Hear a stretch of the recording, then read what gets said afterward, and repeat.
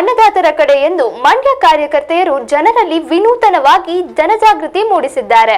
ಮಂಡ್ಯದಲ್ಲಿ ಮಹಿಳಾ ಕಾಂಗ್ರೆಸ್ ಕಾರ್ಯಕರ್ತರು ಭತ್ತದ ಗದ್ದೆಗೆ ಇಳಿದು ಭತ್ತದ ಪೈರು ಕಟಾವು ಮಾಡಿ ಕಾಂಗ್ರೆಸ್ ಪಕ್ಷ ರೈತರ ಪರವಾಗಿದೆ ಎಂದು ಸಂದೇಶ ಸಾರುವ ನಿಟ್ಟಿನಲ್ಲಿ ರೈತ ಮಹಿಳೆಯರ ಜೊತೆಗೂಡಿ ಮಂಡ್ಯ ನಗರ ಹೊರವಲಯದಲ್ಲಿರುವ ಗುತ್ತಲು ಗ್ರಾಮದ ಸಿದ್ದಲಿಂಗಯ್ಯರವರಿಗೆ ಸೇರಿದ ಭತ್ತದ ಗದ್ದೆಯಲ್ಲಿ ಭತ್ತ ಕಟಾವು ಮಾಡಿ ರೈತ ಮಹಿಳೆಯರಿಗೆ ಶಾಲು ಹೊದಿಸಿ ಸನ್ಮಾನ ಮಾಡಲಾಯಿತು.